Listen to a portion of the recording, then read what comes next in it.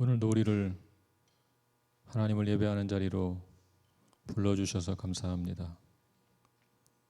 천지 만물을 창조하시고 우리를 구원하신 삼위일체 하나님을 경배하며 그 은총을 누리는 시간, 또 이 자리에 앉아 있는 것이 복 중의 복임을 믿습니다.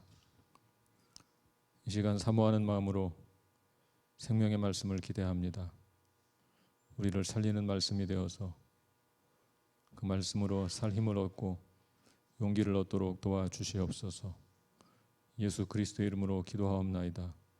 아멘. 우리 서신 채로 말씀 봉독합니다. 사무엘상 16장 1절부터 13절입니다.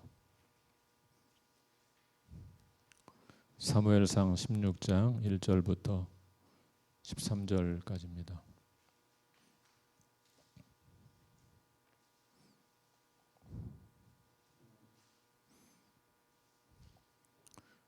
저와 함께 교독하겠습니다. 제가 먼저 읽겠습니다. 여호와께서 사무엘에게 이르시되 내가 이미 사울을 버려 이스라엘 왕이 되지 못하게 하였거늘 네가 그를 위하여 언제까지 슬퍼하겠느냐. 너는 불에 기름을 채워 가지고 가라. 내가 너를 베들레헴 사람 이새에게도 보내리니 이는 내가 그의 아들 중에서 한 왕을 보았느니라 하시는지라. 사무엘이 이르되 내가 어찌 갈 수 있으리이까.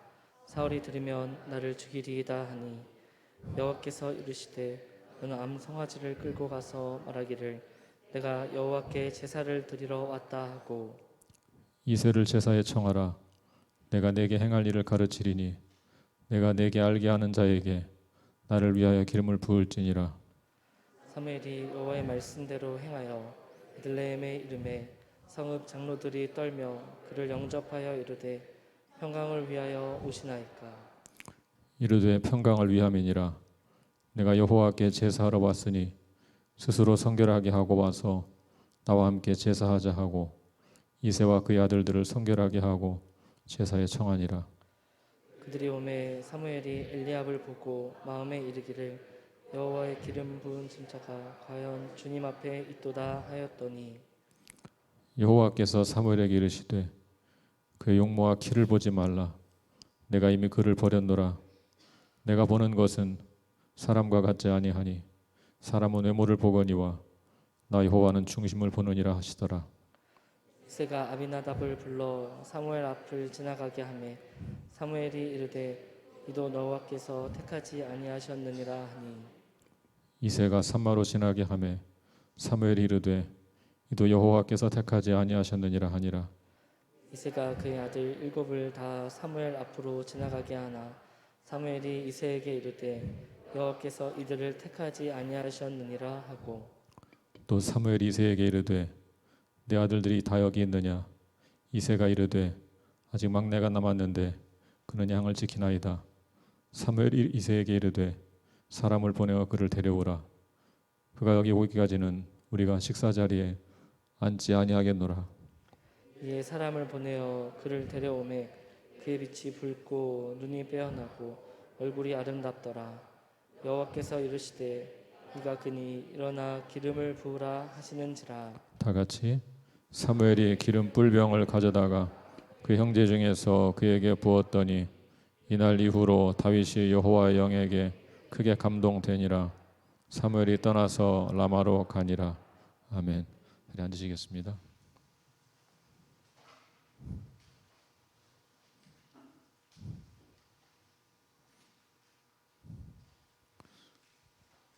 지난 목요일 매일 성경 본문이었던 사무엘상 16장의 중심 주제는 선택입니다.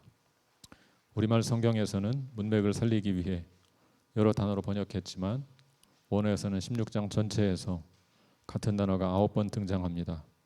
그 단어가 바로 선택이라는 단어입니다. 1절의 끝에 보시면 한 왕을 보았느니라 라는 말이 나오는데 여기서 보았다는 단어가 바로 선택했다 그런 말입니다. 17절에서 사람을 구하여라고 할 때도 같은 단어가 사용되었습니다. 또한 8절, 9절, 10절에서는 선택하다의 반대말로 택하지 않았다 라는 말이 사용되었습니다. 또 6, 7절에 보다라는 말도 같은 단어입니다.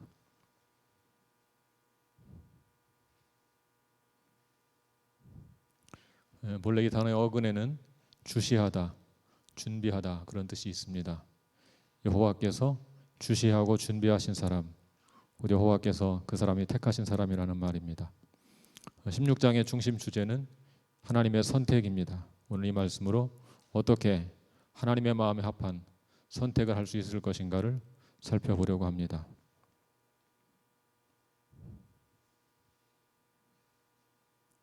오늘 본문은 하나님의 선택을 가르치기에 앞서 먼저 사람의 생각에서 나오는 선택이 얼마나 잘못된 것인가를 우리에게 교훈하고 있습니다. 사무엘상 4장에서 이스라엘은 언약궤를 부적처럼 선택했고 그 결과 패배를 당했습니다. 언약궤는 하나님의 임재의 상징입니다. 그런데 하나님을 바라보지 않고 상징에 불과한 언약궤만 바라보고 그것에 마술적 힘이 있는 것처럼 생각했다가 패배한 것입니다. 사무엘상 8장에서 이스라엘 백성들은 자신들이 원하는 대로 왕을 선택했습니다. 하나님은 처음에 그들이 왕을 요구하는 것을 좋아하지 않았습니다. 그러나 이스라엘 백성은 하나님이 직접 통치하시는 신정을 택하지 않고 왕정을 택했습니다. 그 결과 또 다른 재앙이 발생했습니다. 오늘 본문인 사무엘상 16장의 주요 인물은 경건한 사무엘입니다. 우리는 쉽게 하나님의 사람 사무엘은 하나님의 마음에 합한 선택을 했겠지라고 추측합니다.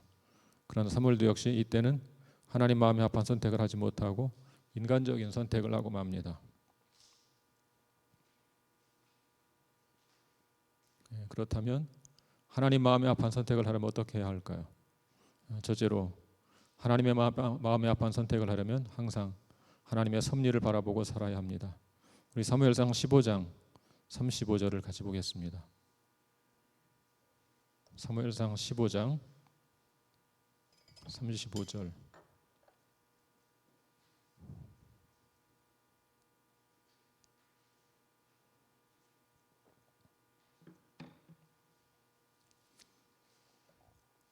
같이 읽을까요? 시작. 사무엘이 죽는 날까지 사울을 다시 가서 보지 아니하였으니 이는 그가 사울을 위하여 슬퍼함이었고 여호와께서는 사울을 이스라엘 왕으로 삼으신 것을 후회하셨더라. 사울의 범죄로 인하여 사무엘은 슬퍼하고 있습니다. 제사장이 아닌 사울이 하나님께 제사를 드린 범죄 때문에 하나님은 그를 버렸습니다. 사무엘은 그 사실 때문에 지금 슬퍼하고 있습니다. 그럼 여기서 사무엘이 슬퍼하는 구체적인 이유가 무엇일까요? 자신이 한 일이 성공하지 못했기 때문에 슬퍼하고 있는 것일까요? 그렇지 않습니다. 사무엘의 슬픔은 사울을 위한 것이었습니다. 정확히 말하면 왕의 직무를 제대로 감당하지 못한 사울을 보고 그의 백성을 위해 슬퍼하는 것입니다. 일찍이 신정을 받던 백성들이 왕정을 요구했고 첫 번째 왕정이 실패로 끝나면서 사무엘은 이스라엘 백성의 암날을 인해서 슬퍼하고 있는 것입니다. 이 말씀을 묵상하다가 한번 저 자신을 돌아보았습니다. 사무엘은 이스라엘 백성의 암날을 생각하며 슬퍼하고 있는데 나는 과연 무엇 때문에 슬퍼하고 있을까? 최근에 내가 슬퍼한 일이 있다면 그 이유는 과연 무엇이었는가?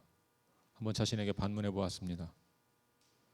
사무엘이 자기 백성의 영적 재난을 슬퍼하는 것처럼 나는 과연 우리의 불순종과 한국교회의 패역함 때문에 슬퍼하고 있는가?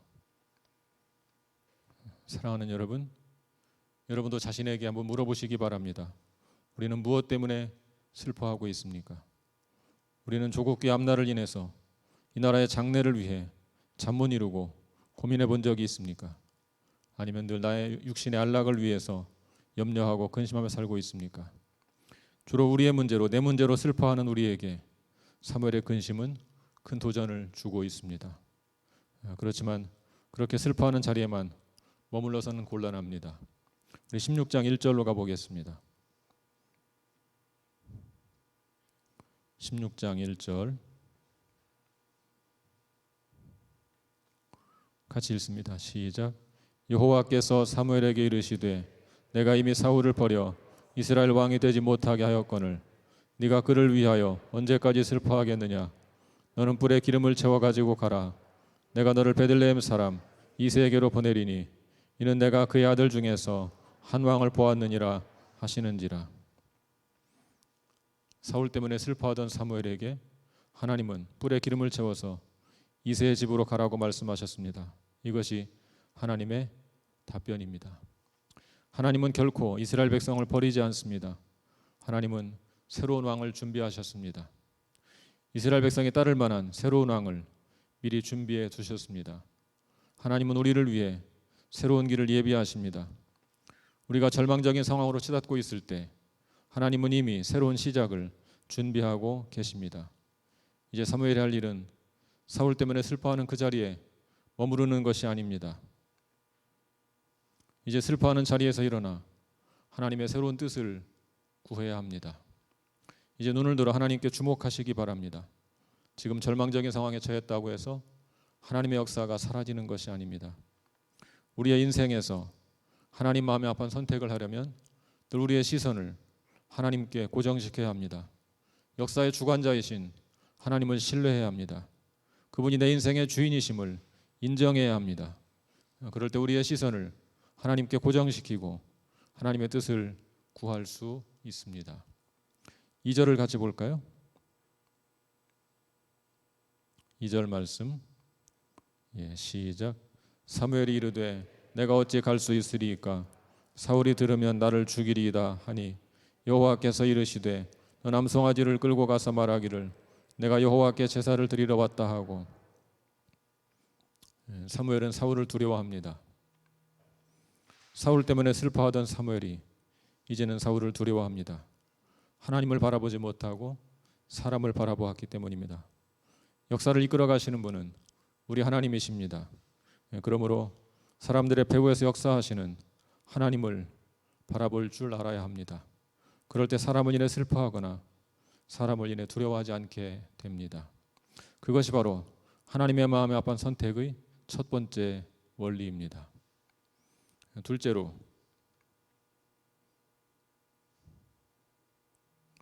하나님의 마음에 합한 선택을 하려면 외형적인 조건의 마음을 빼앗기지 말고 중심을 볼 수 있어야 합니다.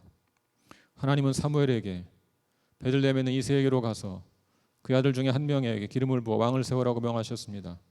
그래서 사무엘이 하나님 말씀대로 베들레헴에 갔습니다. 우리 4절과 5절을 계속 보겠습니다. 4절과 5절 같이 읽겠습니다. 시작. 사무엘이 여호와의 말씀대로 행하여 베들레헴에 이르매 성읍 장로들이 떨며 그를 영접하여 이르되 평강을 위하여 오시나이까. 이르되 평강을 위함이니라. 내가 여호와께 제사하러 왔으니 스스로 성결하게 하고 와서 나와 함께 제사하자 하고 이새와 그의 아들들을 성결하게 하고 제사에 청하니라. 사무엘이 오는 것을 보고 장로들이 떨고 있습니다. 왜 떨고 있을까요? 사울과 사무엘의 관계가 악화된 것을 알기 때문에 사울 왕에게 해를 입을까 두려워서입니다. 그래서 장로들이 사무엘에게 평강을 위해서 오십니까 하고 물었고 사무엘은 평강을 위함이다 하고 답변한 것입니다. 이제 사무엘은 이 세 아들들을 그 제사 자리에 청했습니다. 우리 6절을 같이 보겠습니다.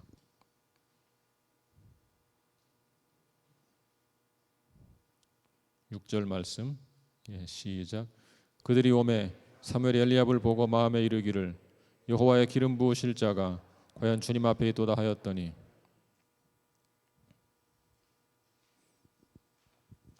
사무엘은 엘리압을 보자마자 첫눈에 반했습니다. 여호와의 기름 부으실 자가 과연 주님 앞에 있도다. 뭘 보고 그랬을까요? 뭘 보고 그랬을까요? 키가 크고 풍채가 좋았던 것으로 보입니다. 외모를 보고 마음을 빼앗긴 것입니다. 고대 왕은 곧 전쟁터의 장군이기도 합니다.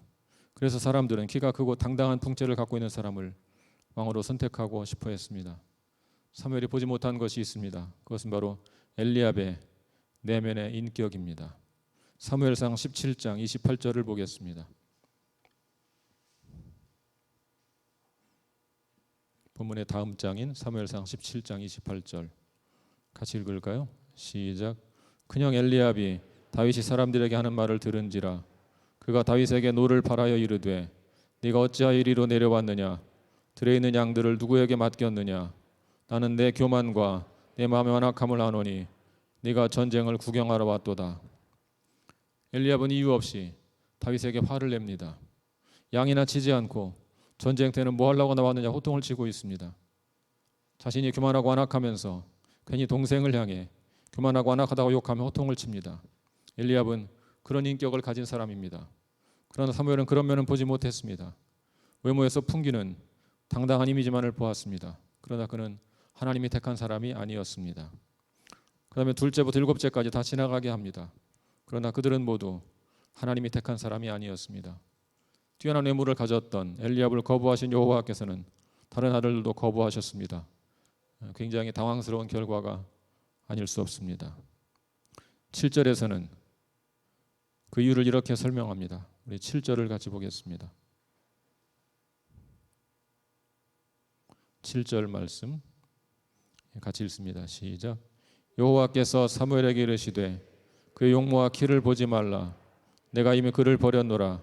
내가 보는 것은 사람과 같지 아니하니 사람은 외모를 보거니와 나 여호와는 중심을 보느니라 하시더라. 사람은 외모를 보지만 여호와께서는 무엇을 보신다고 했습니까? 중심을 보신다고 했습니다. 이 사건에는 중요한 의미가 있습니다. 사무엘상에는 많은 선택이 나옵니다. 4장에서 이스라엘은 언약궤를 부적처럼 선택했고 그 결과 패배를 당하고 말았습니다. 8장에서 이스라엘은 자신들이 원하는 대로 왕을 선택했습니다. 그 결과 또 다른 재앙이 발생하고 말았습니다. 16장에 등장한 인물은 경건한 사무엘입니다. 사무엘은 실수가 없을까요? 사무엘을 의지하면 이스라엘이 살 수 있을까요? 그렇지 않습니다. 비록 사무엘이 경건한 사람이었지만 이스라엘의 안전은 오직 하나님께만 달려 있습니다. 사무엘의 실수를 통해 우리가 무엇을 배워야 되겠습니까? 오직 하나님만이 우리가 의지할 분이시고 우리의 피난처가 된다는 사실입니다. 하나님의 나라는 하나님의 지혜로 통치됩니다. 우리의 지혜로 되지 않습니다. 본문은 인간의 지혜가 얼마나 부족한 것인가를 잘 보여주고 있습니다.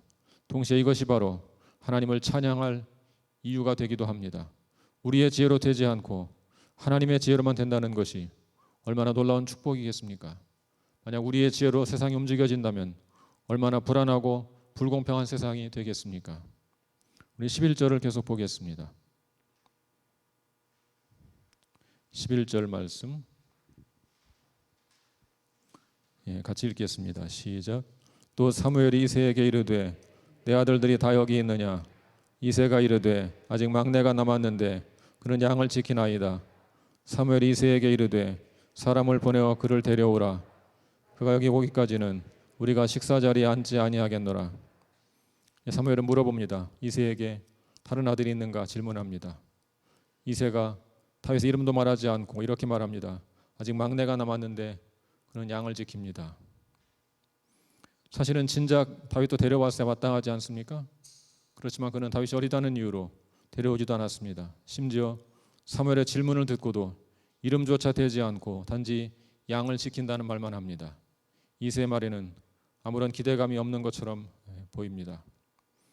그런데 여기서 양을 친다는 말은 매우 중요한 유비입니다. 아주 중요한 비유입니다. 구약 성경에서 종종 왕과 백성은 목자와 양으로 비유되었습니다. 따라서 다윗이 양을 치고 있다는 말은 비록 이새는 무시하는 뜻으로 말하는 것이지만 장차 그가 왕이 될 것을 상징적으로 암시하고 있는 것입니다. 우리 12절을 보겠습니다. 12절 시작. 이에 사람을 보내어 그를 데려오매 그의 빛이 붉고 눈이 빼어나고 얼굴이 아름답더라. 여호와께서 이르시되 이가 그니 일어나 기름을 부으라 하시는지라. 마침내 막내가 오자 하나님은 그에게 기름을 부으라고 명하십니다. 하나님은 사람들의 예상을 뒤엎고 이가 그다라고 말씀하셨습니다. 여기서 우리는 인간의 기준을 폐하시는 하나님의 역사를 볼 수 있습니다. 우리 하나님은 우리의 관습에 얽매이는 분이 아닙니다. 그분은 인간의 기준을 가지고 사람을 판단하지 않습니다. 그분은 중심을 보시는 분입니다. 결국 이 다윗을 통해서 메시아가 탄생했습니다. 당시 사람들이 다윗에게 주목하지 않았던 것처럼 세상 사람들은 예수님에게도 주목하지 않았습니다. 예수께서 이 땅에 오셨을 때도 사람들은 그를 주목하지 않고 오히려 조롱했습니다. 이 사람이 마리아의 아들 목수가 아니냐? 그는 먹기를 탐하고 포도주를 즐긴다. 그리스도가 어찌 갈릴리에서 나오겠느냐? 그가 남은 구원하였으되 자기는 구원할 수 없도다. 사람들은 대체로 하나님의 선택에 주목하지 않습니다.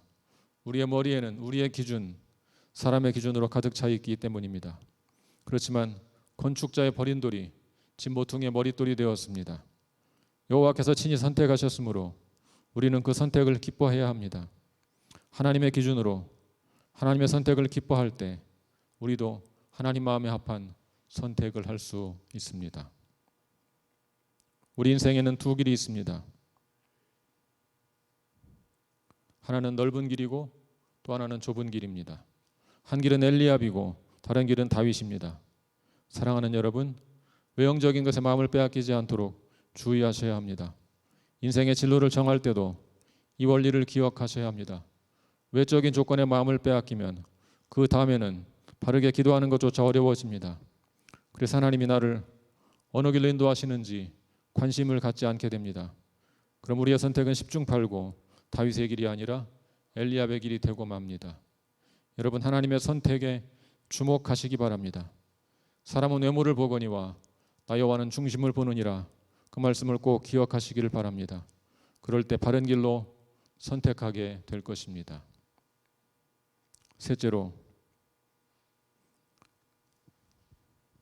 하나님의 마음에 합한 선택을 하려면 고난을 감수해야 합니다.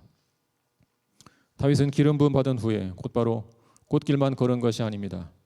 그는 왕으로 기름 부음 받은 후 오히려 더 많은 고난에 직면합니다. 사울에게 미움을 받고 계속하여 죽음의 위협을 당합니다. 다윗처럼 많은 고난을 당한 사람이 또 있을까 싶을 정도로 그는 끝없는 고난에 시달립니다. 우리는 쉽게 형통이 하나님의 축복이라고 생각합니다. 진로를 두고 고민하다가 한 길을 선택했는데 그 일이 잘 풀렸다고 간증합니다. 물론 그럴 수도 있습니다. 그렇지만 때로는 고난이 하나님의 길이요 하나님의 선택일 수도 있음을 기억해야 합니다. 우리 13절을 보겠습니다.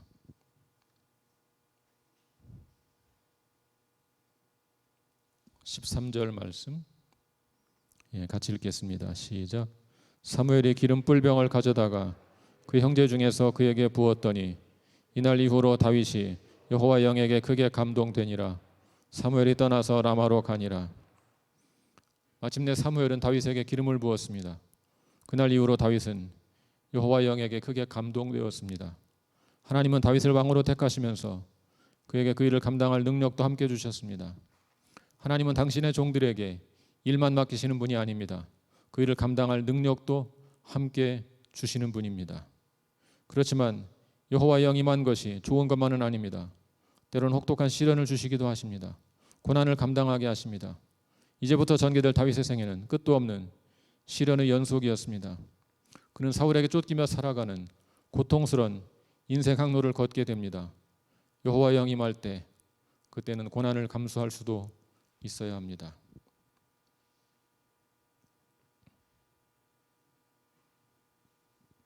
우리 예수님도 성령이 내리는 경험을 하고 힘을 얻었습니다. 이는 내 사랑하는 아들이요 내 기뻐하는 자라. 하나님의 음성도 들었습니다. 얼마나 놀라운 축복입니까?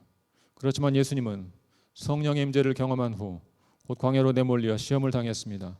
그때부터 그분의 인생은 고난의 연속이었습니다. 사도행전에 보면 예수님의 제자들도 동일한 운명을 겪습니다. 그들은 오순절에 성령의 임재를 경험했습니다. 성령 임재한 후 제자들은 고난의 대열에 동참하게 됩니다. 고난이 닥치면 고난에는 끝도 없는 것처럼 보이고 근심에는 쉼도 없는 것처럼 느껴집니다. 그러나 어쩌면 이 투쟁, 이 씨름은 우리가 참된 하나님의 자녀임을 보여주는 징표일 수도 있습니다. 사랑하는 여러분, 지금 광야에 있습니까? 언제 고난이 끝날지 알 수 없는 끝없는 시련의 연속입니까? 우리가 광야에 있다는 것은 성령의 임재가 떠났다는 뜻이 결코 아닙니다. 성령 하나님께서는 광야에도 임재하십니다. 아니, 광야의 도가 아니라 광야에 임재하십니다.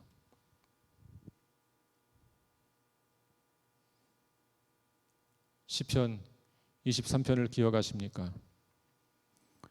여호와는 나의 목자시니 내게 부족함이 없으리로다. 그가 나를 푸른 풀밭에 누이시며 쉴 만한 물가로 인도하시는도다. 내 영혼을 소생시키시고 자기 이름을 위하여 의의 길로 인도하시는도다.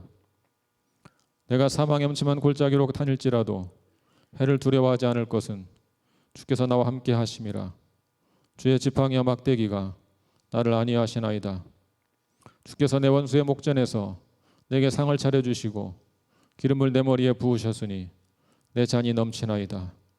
내 평생에 선하심과 인자하심이 반드시 나를 따르리니 내가 여호와의 집에 영원히 살리로다. 아멘.